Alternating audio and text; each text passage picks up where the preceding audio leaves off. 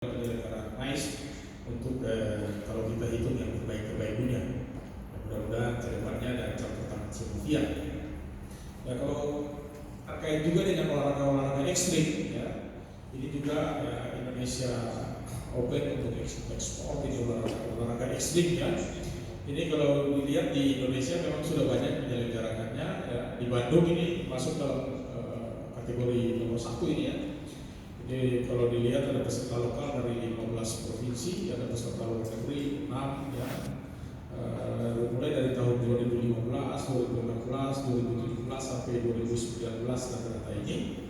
Jadi kita lihat ada Bandung, Serang, Manado, ya, Tangerang, dan Kabupaten Karanganyar. Ini yang masuk dalam 5 besar, ya, untuk ajang-ajang olahraga ekstrim kaula muda. Saya lihat di Bandung, di Jakarta, di Jawa Timur itu padat itu, tapi kalau di Maluku belum ada. Di Maluku paling tinggi sepeda-sepeda BMX itu. Terkait dengan sport industri ini, ya, dan sport tourism, ya, ini beberapa alternatif kegiatan yang bisa kita lakukan, ya, dari berbagai event yang sudah saya sebutkan tadi. Kemudian ada dari wisata dan rekreasi olahraga atau sport tourism dan rekreasi. Kemudian kalau dilihat dari situ itu ada terbagi atas 2 itu. Jadi ada untuk yang hard sport tourism dan ada yang soft sport tourism. Jadi kalau yang hard itu yang terkait dengan yang tadi multi event dan single event tadi. Kejuaraan-kejuaraan yang hanya menyelenggarakan satu alternatif cabang olahraga, atau juga kejuaraan yang melibatkan banyak cabang olahraga dalam satu pesta olahraga seperti Olympic Games, Asian Games tadi, SEA Games, PON. Itu kalau level daerah masuk pada Porda atau Porprov dan Kejurprov itu. Nah, sedangkan yang termasuk dalam sport tourism yang soft, ya, itu ada ya running, ya, diving, ya, rafting, ya, surfing, dan sejenisnya. Ini yang masuk dalam kegiatan-kegiatan yang sifatnya soft dan hard, ya. Kemudian ada juga produk peralatan dan perlengkapan olahraga yang bisa dimanfaatkan. Kalau kita lihat sebenarnya kemarin tahun-tahun ya mungkin sudah dari 10 tahun lalu itu Susi Susanti punya usaha-usaha terkait dengan produk-produk apa itu bulu tangkis, ya, raket dan segala macam itu, ya, tapi belum terlalu mengemuka, ya. Ada juga sarana-prasarana yang lain. Nah, kita sebenarnya kalau sudah dengar cerita ibu-ibu dari Papua itu, ya, biasanya mereka punya pisang di sana, pisang yang mau dibikin pisang goreng. Mereka punya kebun pisang, pisangnya masak. Mereka tidak bikin pisang goreng, tetapi mereka pikul, bawa ke kota. Sampai di kota, pisang itu bisa dibikin segala macam. Ada keripik, ada pisang goreng, ada pisang keju, ada segala macam dibikin. Dan yang tadi kita jual hanya misalnya 1.000 rupiah, itu nanti setelah dijual balik kepada kita itu sudah bisa 10.000 rupiah, sudah bisa 70.000 rupiah. Dia semakin masuk di hotel-hotel berbintang, maka harganya semakin tinggi. Nah, dan kita yang tadi punya pisang itu, kita balik ikut menikmati lagi, gitu. Jadi kita kembali lagi menikmati pisang yang tadi kita jual. Jadi itu sama dengan produk-produk Indonesia. Kita bangga kita menggunakan Nike, ya, pakai Adidas, pakai lain-lain. Padahal itu banyak kita ambil dari Indonesia, dibawa, dipasang merek, dikembalikan lagi ke sini. Kita bangga menggunakan itu, padahal itu sebenarnya punya kita. Jadi kita yang menjual dari pertama murah sampai kemudian dia menjadi harga berjuta-juta, kita masih tetap membelinya. Ya, itu produk-produk itu. Kalau dari sisi kejuaraan daerah itu saya lihat banyak sekali, ya. Kalau di daerah itu ada Porprov, ada Porkap, ada Porpot, ya, ada turnamen, ada kejuaraan daerah, ada kejuaraan cabang. Kalau di olahraga tradisional itu ada yang festival-festival setiap 2 tahun, yang sampai ke tingkat dunia, Tafisa dan seterusnya itu. Nah, di nasional itu ada single event dan multi event, yang sampai paling tinggi Kedurwil dan PON itu. Ya, tapi kalau di internasional itu sudah masuk di Olympic Games, Asian Games, dan seterusnya itu.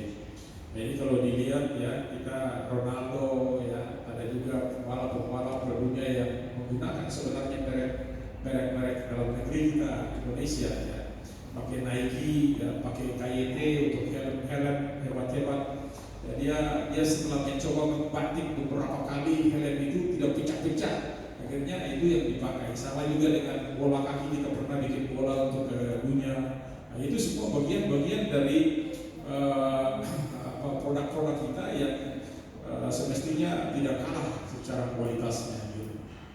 Ya, ini terkait dengan kontribusi ya olahraga pada pariwisata. Jadi kalau kita lihat olahraga mana saja yang bisa dikategorikan dalam turisme ini. Ya, ada olahraga yang olahraga modern, ya.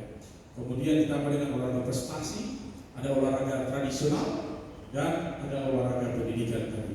Jadi apakah itu olahraga pendidikan ya, punya nuansa untuk bisa meningkatkan pariwisata ketika itu dilakukan terus-menerus dan menjadi agenda yang besar dan rutin ya, maka itu akan selalu. Demikian juga tradisional.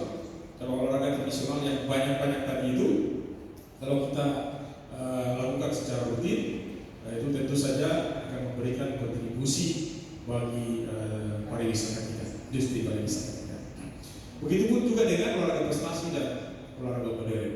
Karena olahraga modern, jet ski dan segala macam itu, itu orang sekarang apa namanya itu yang fly fish ya, orang bisa seperti terbang-terbang dengan air itu.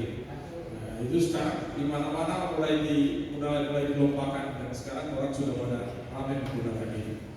Tapi juga tingkat resikonya sangat tinggi juga. Kadis pendidikan kami di Provinsi Maluku itu patah berapa ya, karena terjungkal dari jet ski itu.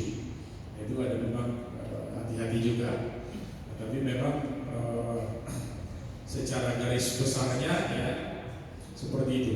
Lalu bagaimana kira-kira kalau kita lihat supaya pariwisata, industri pariwisata kita bisa berkembang baik ya, maka ada keterlibatan yang paling utama adalah juga pemerintah. Pemerintah kita harus juga ikut terlibat. Kemudian partisipasi masyarakat kita. Partisipasi masyarakat kita, lalu kemudian karakteristik budaya kita yang ada di setiap provinsi ya, kalau ada 17.000 pulau pasti ada paling tidak ada kurang lebih hampir sama dengan 17.000 karakteristik yang ada di sini. Dan kemudian lembaga-lembaga wisata yang ada juga, ini bisa kita manfaatkan. Jadi kalau misalnya dari pemerintah kita acuan ya dasar-dasar hukumnya yang harus kita payung-payung hukumnya ini menjadi mendukung. Saya lihat beberapa kejuaraan yang seharusnya cukup baik, misalnya di daerah Papua, di daerah Sumatera. Tetapi orang yang mau berkunjung ke sana itu harus ke Jakarta dulu, baru kemudian balik ke sana. Orang jadi malas gitu. Mau ke Papua itu mesti langsung ke Jakarta, dia singgah lagi di Makassar, dia singgah lagi di mana-mana, baru kemudian sampai di Papua sudah 5 jam dan seterusnya. Gitu. Sehingga paling tidak ini harus ada keterlibatan. Dari sisi olahraga saja kalau kita lihat biaya anggaran, besaran anggaran, kalau misalnya dari 2.500 triliun APBN kita, itu yang singgah ke